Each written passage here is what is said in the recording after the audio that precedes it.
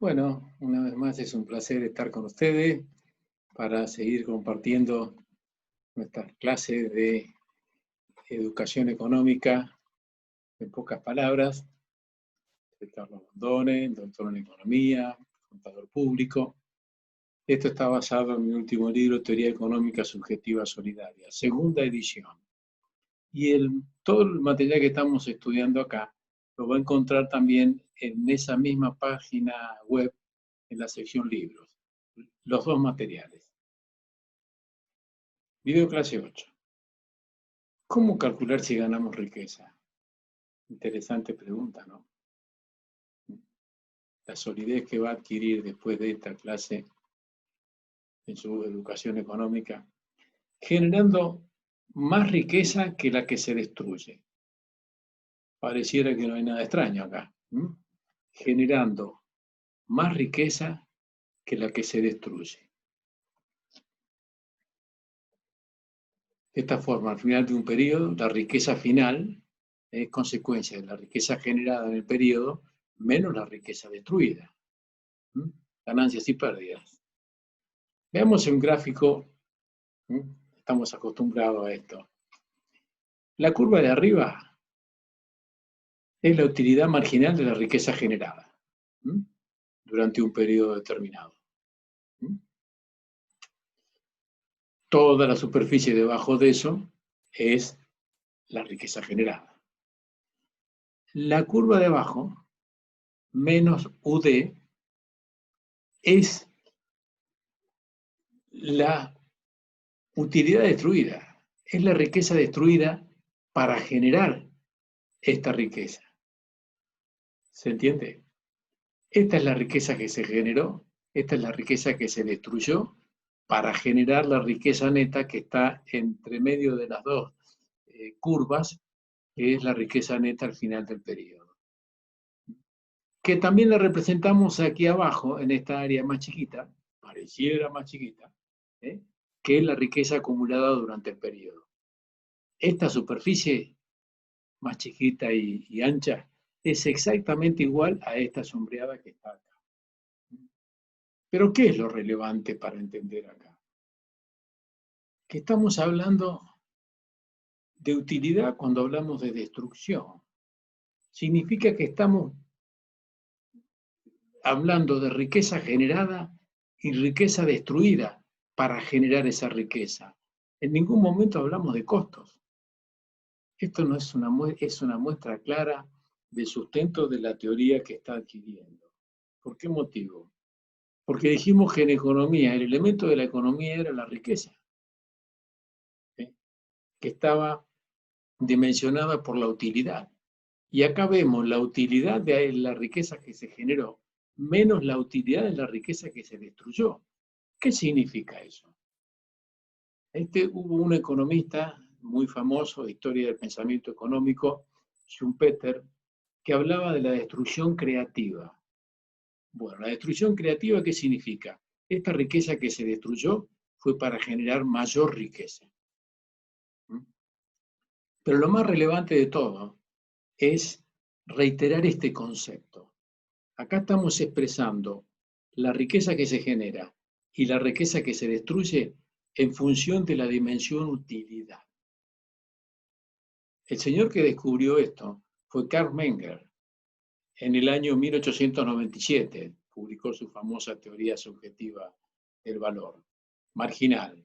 Hubo otros dos economistas que también se lo asimilan, fueron marginalistas, pero matemáticamente, pero conceptualmente nada que ver. Lo he tratado en algunos libros si es que quiere interiorizarse. En el último que le menciono. El concepto de este señor decía que nada se explicaba en base a los costos, que toda la economía, cualquier tema de la economía, se tenía que explicar en base a la utilidad. Ese es el motivo por el cual a mí me lleva a haber desarrollado dos leyes económicas solamente para explicar toda la economía. Y toda la economía es la riqueza, que es el elemento. Y con dos leyes, con la ley de la riqueza y con la ley del intercambio, de la riqueza, cuya dimensión es la utilidad, explicamos toda la economía. O sea que con esta teoría que usted está aprendiendo, está comprendiendo muy pocos están en esa situación. Lo que este señor quiso decir y no se terminó de interpretar con la profundidad adecuada. ¿Cómo se distribuye la riqueza? Porque hasta ahora venimos diciendo que, bueno, el capital, el trabajo, el capital, el intercambio, la especialización, todo eso, que todos somos diferentes, ¿eh? Y vamos a ver dónde se termina de manifestar la diferencia. ¿Eh? ¿Cómo se distribuye la riqueza? Conforme la riqueza que genera cada propietario. Ya lo vimos. ¿Eh? No hay nada más equitativo y solidario que la libre vigencia de la ley de la riqueza y la ley del intercambio. Veamos cómo se distribuye la riqueza. Y va a ser fácil. Este es el mismo gráfico que vimos recién. La única diferencia está en lo que hemos puesto acá abajo. Acá ponemos H sub L es la cantidad de seres humanos que trabajaron para generar y destruir riqueza. Y H sub P es la cantidad de propietarios de la riqueza que quedó al final del periodo. Ahora, hay algo que es completamente natural.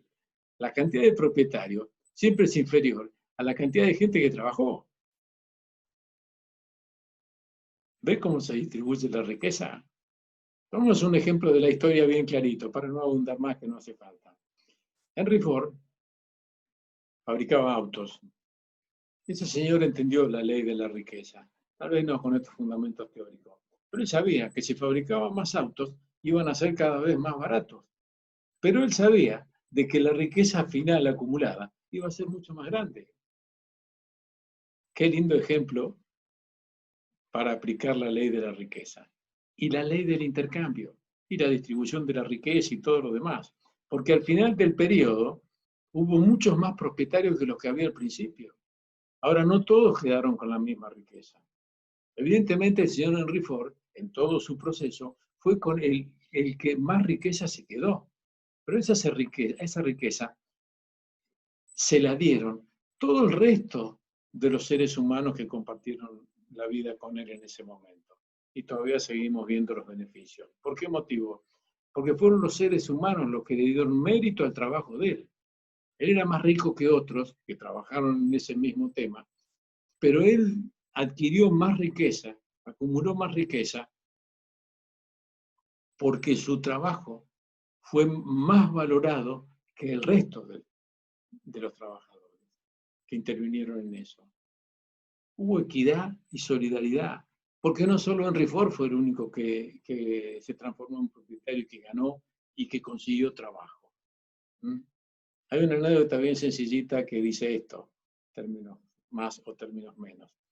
Dicen que cuando Henry Ford descubrió la producción en cadena, que con la misma cantidad de personal especializándose en distintas tareas, iba a producir el doble o el triple de autos Ford. Y un amigo le dijo, pero Henry, ¿para qué tantos autos? Si en el país no hay ni siquiera estaciones de servicio para la cantidad de autos que vos pensás producir. ¿Sabes qué contestó Henry Ford? Las estaciones de servicio vendrán detrás de los Ford. Y no se equivocó. Dio trabajo a las estaciones de servicio, a las ventas de cubierta, talleres mecánicos, transporte, venta de combustible, etcétera, etcétera. Todo el mundo salió beneficiado y cada uno recibió lo que el resto le asignó como valor a su trabajo. Bueno, evolución económica natural.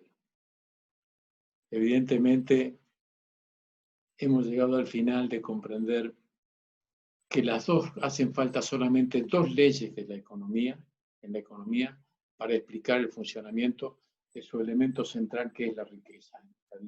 La ley de la riqueza y la ley del intercambio. ¿Qué nos implica la evolución económica natural? Hemos aprendido. Si aumenta el trabajo, aumenta el capital como herramienta para potenciar el trabajo, se genera más riqueza, se generan más bienes económicos totales, se generan más bienes económicos intercambiados, surgen más propietarios y bajan los precios. Bueno, el nivel de educación que alcanzó hasta aquí es excelentemente bueno. Cualquier duda que tenga, repase, y si no puede acudir al texto escrito que está en la página que siempre mencionamos. Los felicito por haber llegado hasta acá, pero falta una parte. Hasta ahora hemos aprendido cómo es la evolución económica natural, que es el mejor sistema equitativo y solidario. No hay ninguna ciencia con el rigor de la economía que pueda hablar de los valores, de la equidad y de la solidaridad. Se lo digo con total fundamento científico. Pero, el ser humano a veces se olvida de las leyes de la naturaleza y trae consecuencias contraproducentes a la evolución económica natural. Pues las próximas clases las vamos a dedicar a que advierta en forma muy sencilla, con todo el conocimiento que ya tiene hasta ahora, de cuáles son las disposiciones institucionales que apuntan contra la evolución económica natural. Ha sido un gusto nuevamente, los espero en la próxima clase.